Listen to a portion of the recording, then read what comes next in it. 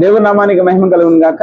మన ప్రభువును రక్షకుడైన యేసుక్రీస్తు వారి నామం పేట అందరికీ శుభాభివందనాలు తెలియజేస్తా ఉన్నాను. ఉదయకాలపు వాక్య ధ్యానాల్లో భాగంగా మరి కొంతమంది వ్యక్తుల ద్వారా, కొన్ని సంఘటనల ద్వారా ప్రతి గ్రంథం నుంచి మనం పాఠాలు నేర్చుకుంటా ఉన్నాం. ఆ సిరీస్లో భాగంగా ఈరోజు ఉదయకాలంలో మరి యెహోషువ గ్రంథం నుంచి యెహోషువ బలమైన ప్రార్థన ఈ విషయం మీద మనం పాఠాలు నేర్చుకోవడానికి ప్రయత్నం చేద్దాం. సందర్భం ఏంటంటే, యెహోషువ సమర్థవంతంగా మోసే తర్వాత ఇశ్రాయేల్ ప్రజలను ముందుకు నడిపిస్తా ఉన్నాడు. యెరికో మీద గొప్ప విజయం. ఈ యెహోషువ గ్రంథానికి విక్టోరియస్ బుక్ అని పెట్టొచ్చు. దాదాపుగా 33 యుద్ధాలు జరిగినట్టు 33 యుద్ధాల్లో కూడా దేవుని సహాయంతో విజయాన్ని సాధించాడు. అందులో మరి మొట్టమొదటిగా యెరికోని జయించారు. తర్వాత ఆయి పట్టణం మీద జయం పొందుకున్నారు. మరి పక్కనే ఉన్న గిబియోనులు భయపడి మరి యెహోషువ దగ్గరకు వచ్చి పాత చెప్పులు, పాత వస్త్రాలు, ఎండిపోయిన రొట్టెలు తీసుకొచ్చి యెహోషువాని మోసం చేసి మమ్మల్ని చంపమని హామీ ఇవ్వండి, సంధి చేసుకోండి అని యెహోషువతో మాట్లాడినప్పుడు యెహోషువ అందుకు అంగీకరించి ప్రమాణం చేశాడు చంపమని. అయితే ఇదంతా చూస్తున్నప్పుడు పక్కనే నెక్స్ట్ యెరూషలేం రాజు మరి ఇది చూసి భయపడి యెహోషువ గ్రంథం 10వ అధ్యాయంలో ఉంటారు. అదోని సెదక్ అనేటువంటి రాజు భయపడి చుట్టుపక్కల ఉన్న 5 పట్టణాల్లో ఉన్న రాజుల్ని పోగు చేసి గిబియోనుల మీద యుద్ధం ప్రకటించి మరి ముందుకెళ్తున్నప్పుడు గిబియోనులు వచ్చి యెహోషువను ఆశ్రయించారు.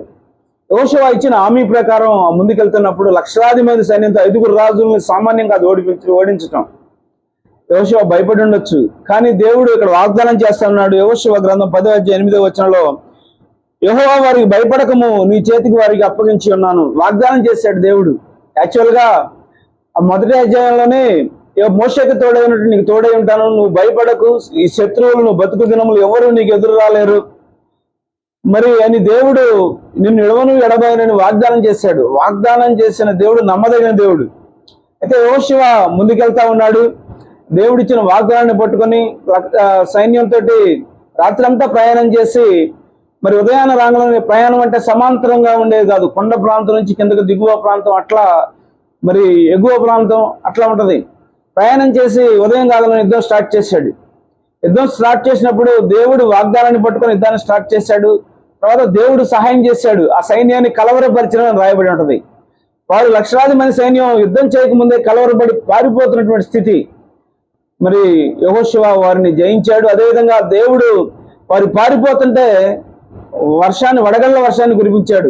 5 కేజీలు సుమారు అయి ఉండొచ్చు. వడగళ్ళ మీద ఎక్కువ మంది చనిపోయారంట, కత్తివాత కంటే కూడా బైబిల్లో రాయబడింది. గొప్ప విజయాన్ని పొందుకున్నారు. సైన్యాన్ని మొత్తం కూడా అర్థం చేసి మరి ముందుకు నడుస్తూ ఉన్నాడు. తర్వాత యెహోషువ ఈ సందర్భంలో ఇంకా సైన్యం శత్రుశేషం మిగిలి ఉన్నప్పుడు మరి రాత్రి అస్తమయం సమయం అయింది. ఈ సమయంలో యెహోషువ ప్రార్థన చేశాడు. ఏం ప్రార్థన చేశాడో మనం చూద్దాం. 10వ అధ్యాయం యెహోషువ గ్రంథం 10వ అధ్యాయం 12-13 వచనాలు చూద్దాం. సూర్యుడా నువ్వు గిబియోనులో నిలువము, చంద్రుడా నువ్వు అయాలోను లోయలో నిలువము. జనులు తమ శత్రువుల మీద పగ తీర్చుకునే వరకు సూర్యబింబం నిలిచను, చంద్రబింబము ఆగెను అన్న మాట యాషారు గ్రంథంలో రాయబడి ఉంది కదా. సూర్యుడు ఆకాశం మీద నిలిచి ఇంచుమించు ఒకనాడల్లా అస్తమించ త్వరపడలేదు. దేవుని స్తోత్రం కలుగును గాక. ఇది మన దేవుడు సర్వ సృష్టికర్త, సమస్తాన్ని ఏలే దేవుడు, సృష్టి మీద అధికారం గల దేవుడు. యెహోషువ దేవుడిచ్చిన వాగ్దానంతో, దేవుడిచ్చిన సహాయాన్ని తీసుకొని ఒక బలమైన ప్రార్థన చేశాడు. శ్వాసంతో కూడిన బలమైన ప్రార్థన. ఈరోజు ఈ బలమైన ప్రార్థన మనమైతే బలమైన ప్రార్థన చేస్తాం, కానీ ఆ యుద్ధం కాదు అనేటువంటి ఊగులాట మధ్య మన జీవితాలు ముందుకు నడుస్తూ ఉంటాయి. ఇక్కడ మరి ఆ రోజు యుద్ధ నీతి ఏంటంటే, ఆ రోజుల్లో సూర్యాస్తమయం తర్వాత యుద్ధం చేయకూడదు. శత్రువులు మిగిలి ఉన్నారు. మరి వారిని అంతా కూడా అర్థం చేయమని దేవుడు చెప్పిన మాట ప్రకారం విశ్వాసంతో ప్రార్థన చేశాడు. సూర్యుడు ఆగిపో అని సృష్టిని శాసించాడు, చంద్రుడు ఆగిపో అని సృష్టిని శాసించాడు. దేవుడు సూర్యుడిని చంద్రుల్ని ఒకనాడల్లా కూడా ఆపేశాడు.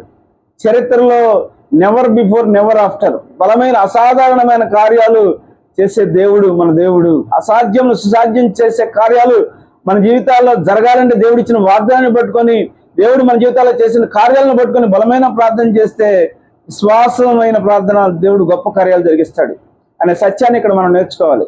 ఇక్కడ సూర్యుడు చంద్రుడు ఒక రోజుల్లో ఆగిపోయారు.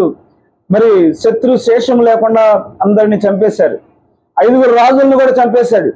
5 రాజుల్ని ఆ కొండ గుహలో దాగి ఉంటే వారిని మాటు వేసి చంపి చెట్లకు వేలాడదీ చంపేశారు. ఎందుకు మనుషులను చంపమని దేవుడు చెప్పాడంటే, వారిని చంపకపోతే ఆ కానాను ప్రాంతంలో వారు వీళ్ళని చంపేస్తారు.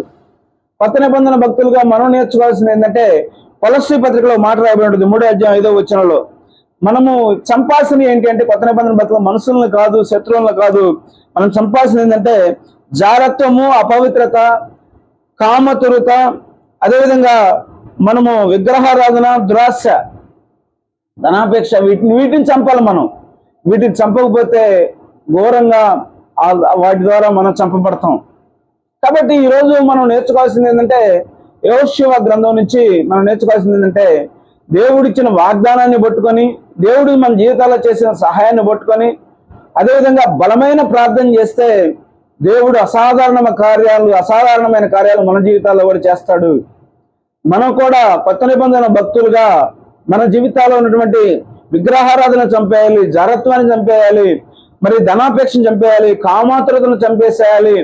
జారత్వము మన కాని దాని మీద మనం ఆశపడటం, ఈ దురాశ, ధనాపేక్ష, వీటన్నిటిని కూడా చంపేసి మనము జీవితంలో విజయాన్ని పొందుకోవాలి అని మనం పాఠాన్ని యెహోషువ గ్రంథం ద్వారా మనం నేర్చుకోవాలి. దేవుడి నామానికి మహిమ కలుగును గాక. అందరికీ వందనాలు.